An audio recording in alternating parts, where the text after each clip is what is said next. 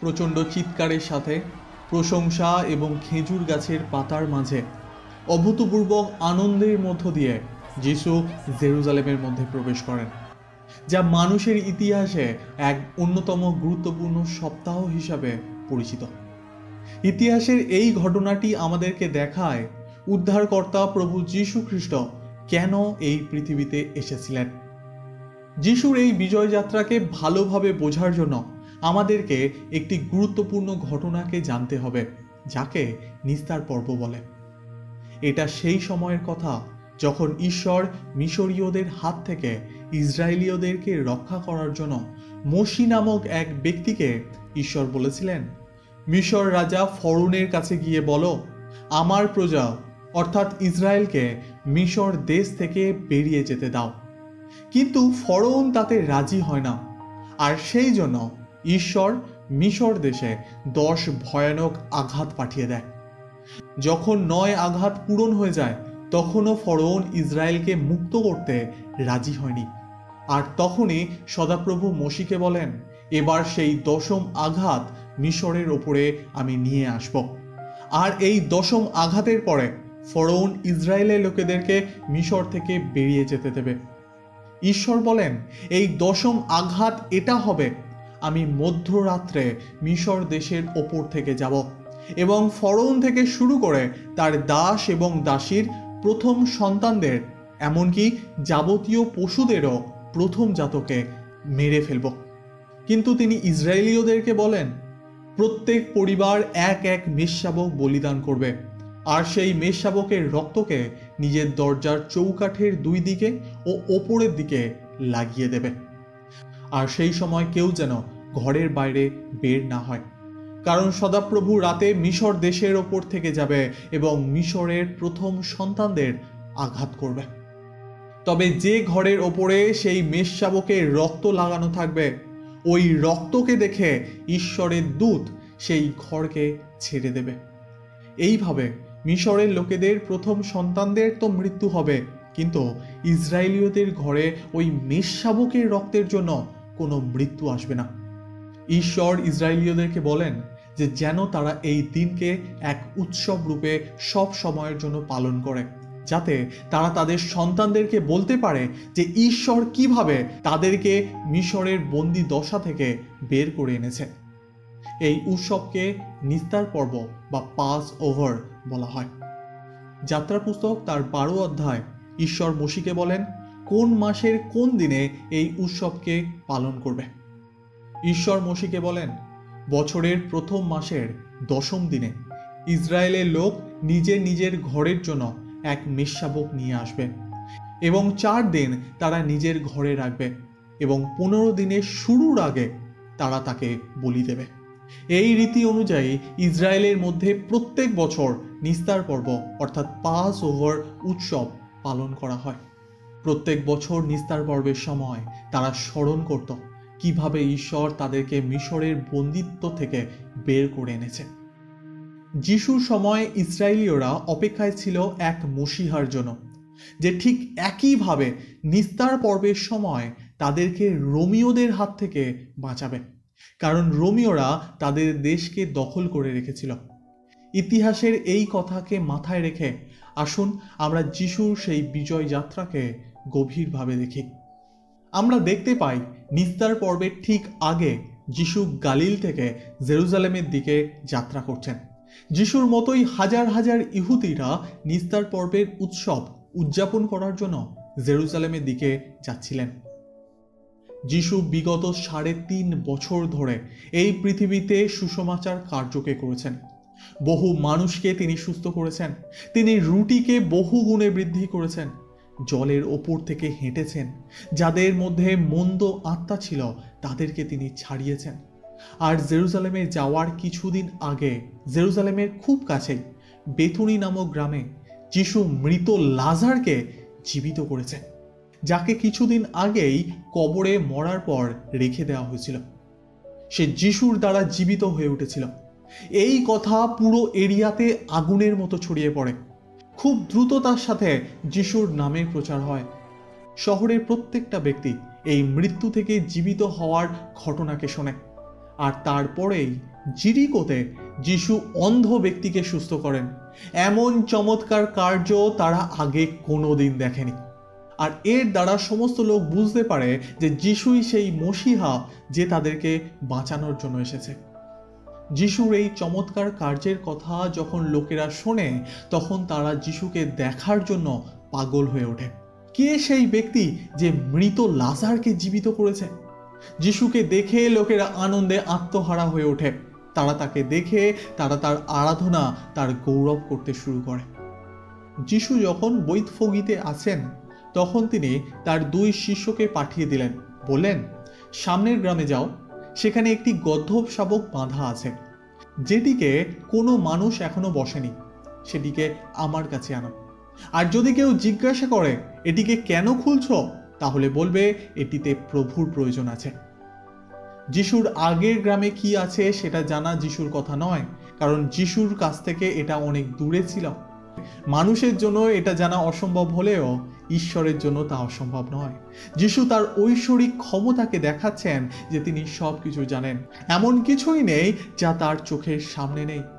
যিশুর শিষ্যরা যিশুর কথা শুনে এগিয়ে গেল এবং সেই গ্রামে তারা দেখল যে এক গর্দভ শাবক বাঁধা রয়েছে। আর তারা যখন সেই গাধাকে নিয়ে আসতে গেল, তখন গাধার মালিক তাদেরকে জিজ্ঞাসা করল, তোমরা এটাকে কেন নিচ্ছ? তখন তারা বলল, এটাতে প্রভুর প্রয়োজন আছে। প্রথমে মনে হচ্ছিল তারা যেন ডাকাতি করছে, কিন্তু তারা যখন বলল এটাতে প্রভুর প্রয়োজন আছে, তখন সমস্ত কথাবার্তা বন্ধ হয়ে গেল। কারণ যখন তারা শুনলো এটাতে প্রভুর প্রয়োজন আছে, তখন তারা নিজের ইচ্ছাতেই সেটা দিয়ে দিল। কত আশীর্বাদের, তাই না? যে তাদের কাছে এক গাধা রয়েছে যেটার প্রভুর প্রয়োজন রয়েছে। তারা আনন্দের সাথে সেটাকে দিল। যিশু যখন সেই গাধার পিঠে চড়ে জেরুজালেমের দিকে যাচ্ছেন, তখন লোকেরা তাদের কাপড়কে রাস্তায় বিছিয়ে দিতে থাকলো, আর 2 হাত তুলে খেজুর ডাল নিয়ে উচ্চ স্বরে আনন্দের সাথে, উল্লাসের সাথে বলতে লাগলো, হোসান্না, প্রভুর নামে যিনি আসছেন, তিনি ধন্য, ধন্য ইসরায়েলের সেই রাজাধিরাজ।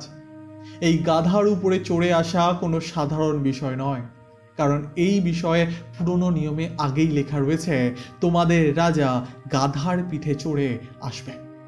হে সিয়ন কন্যা, খুব আনন্দ করো। হে জেরুজালেম কন্যা, জয়ধ্বনি করো। দেখো, তোমার রাজা তোমার কাছে আসছেন। তিনি ধর্মময় ও বিজয়ী, নম্র ও গাধার পিঠে চড়ে আসছেন। এই ভবিষ্যৎবাণী করা হয়েছে যিশুর এই পৃথিবীতে আসার 500 বছর আগে। সেই মসিহা আসবে, আর সেই মসিহা গাধার পিঠে বসে আসবে। আর তোমরা জয়ধ্বনি করো, কারণ তোমাদের রাজা তোমাদের কাছে আসছেন। যখন তারা যিশুকে গাধার পিঠে দেখল, তারা বুঝলো যে যিশুই সেই রাজা যার বিষয়ে পুরনো নিয়মে লেখা রয়েছে। এই ভবিষ্যৎবাণী আমাদেরকে বলে না যে যিশু সাদা ঘোড়ার পিঠে চড়ে আসবে। এই ভবিষ্যৎবাণী পরিষ্কার রূপে আমাদেরকে বলে যে তিনি গাধার পিঠে উঠে আসবেন। কিন্তু যখন যিশু দ্বিতীয়বার এই পৃথিবীতে আসবেন, প্রকাশিত বাক্যে লেখা রয়েছে যে তিনি সাদা ঘোড়ায় বসে আসবেন। তিনি এক যোদ্ধা রূপে আসবেন। তিনি আসবেন এই পৃথিবীর ওপরে তার রাজত্বকে স্থাপন করার জন্য।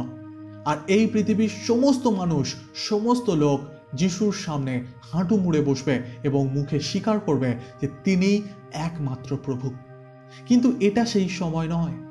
এই সময় তিনি এসেছেন এক নম্রভাবে, গাধার পিঠে চড়ে।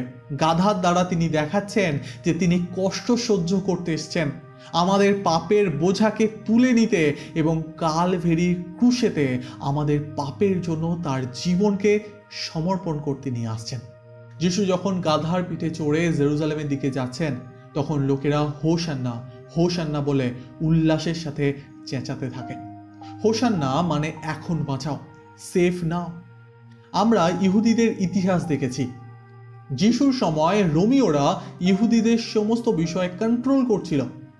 যিহুদিরা এক প্রকার বন্দী ছিল, আর তারা প্রার্থনা করছিল, তারা চিৎকার করছিল, এখন বাঁচাও, এখন বাঁচাও। তারা মনে করছিল যে যিশুই সেই মসিহা যে তাদেরকে রোমীয়দের হাত থেকে বাঁচাবে। তারা জাগতিক এক রাজাকে খুঁজছিল। কিন্তু তারা বুঝতে পারছিল না যিশুর এই পৃথিবীতে আসার প্রধান কারণ তাদেরকে রোমীয়দের হাত থেকে বাঁচানো নয়, কিন্তু যিশু এই পৃথিবীতে আসার প্রধান কারণ ছিল মানুষদেরকে পাপের হাত থেকে রক্ষা করা এবং তাদেরকে উদ্ধার দেওয়া, মানুষের জীবনের প্রধান শত্রু মৃত্যুকে পরাজিত করা। আপনি কি জানেন যে পাম সানডেতে যিশু জেরুজালেমে প্রবেশ করেছিলেন সেই দিন প্রথম মাসের 10 তারিখ ছিল। অর্থাৎ সেই দিন ইসরায়েলের লোকেরা নিজের নিজের পরিবারের জন্য মেষশাবককে বেছে নিতেন নিস্তার পর্বের জন্য। যোহন বাপ্তিস্মদাতা যিশুর বিষয়ে বলেন যে যিশু ঈশ্বরের মেষশাবক, যে পৃথিবীর পাপের ভার লইয়া যান।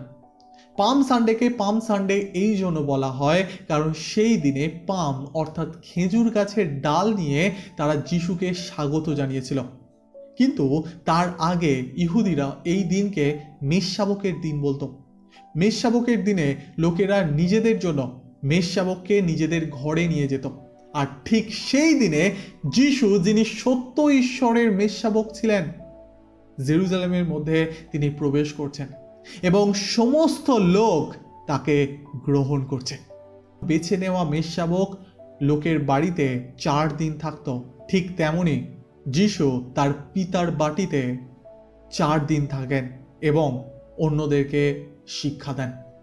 কিন্তু দুঃখজনকভাবে যখন লোকেরা দেখে যে যিশু সেই পলিটিক্যাল নেতা নয় যে তাদেরকে রোমীয়দের হাত থেকে বের করবে, যেটা তারা চাইছিল, তখন সেই লোকেরা যারা যিশুর প্রশংসা করছিল, যিশুর গৌরব করছিল, পাম সানডের দিনে যারা যিশুর আরাধনা করছিল, তারাই যিশুকে ক্রুশে দেওয়ার জন্য চেঁচাতে থাকে গুড ফ্রাইডের দিনে।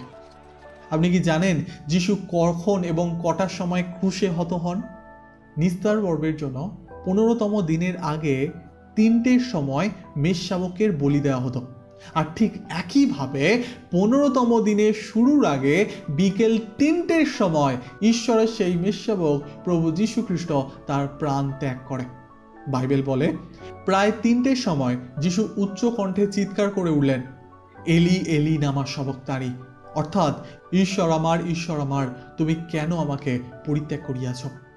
পরে যিশু আবার উচ্চ কণ্ঠে চিৎকার করে তার আত্মাকে সমর্পণ করলেন। সেই মেষশাবকের বলির রক্তের জন্য ঈশ্বরের দূত যেমন ইসরায়েলের ঘরে আঘাত আনেনি, ঠিক একইভাবে প্রভু যীশু খ্রিস্টের ক্রুশের সেই রক্তের জন্য আমাদের সমস্ত পাপের ক্ষমা হয়েছে।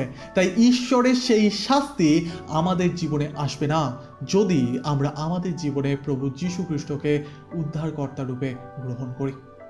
প্রত্যেকটা বিষয় যা যিশুর জীবনে ঘটেছে সেটা প্রথম থেকেই হাজার হাজার বছর আগে বাইবেলের মধ্যে লিখে দেওয়া হয়েছিল। আজ পর্যন্ত এমন কোনো মানুষ জন্মায়নি যার জন্মানোর আগেই তার বিষয়ে ভবিষ্যৎবাণী করা হয়েছে। সে কখন জন্মাবে, কোথায় জন্মাবে, তার মৃত্যু কিভাবে হবে, কিভাবে সে আবার জীবিত হবে। এই পৃথিবীতে তো অনেকে জন্মেছে, অনেকের মৃত্যু হয়েছে, কিন্তু কেবলমাত্র একজন সেই মৃত্যুকে হারিয়ে আবার জীবিত হয়ে উঠেছে, সেটা কেবল প্রভু যীশু খ্রিস্ট। বাইবেল বলে যে যিশুই পথ, সত্য ও জীবন। যে তাকে বিশ্বাস করবে সে নরকে ধ্বংস হবে না, কিন্তু স্বর্গে অনন্তকালের জীবন পাবে। আমেন।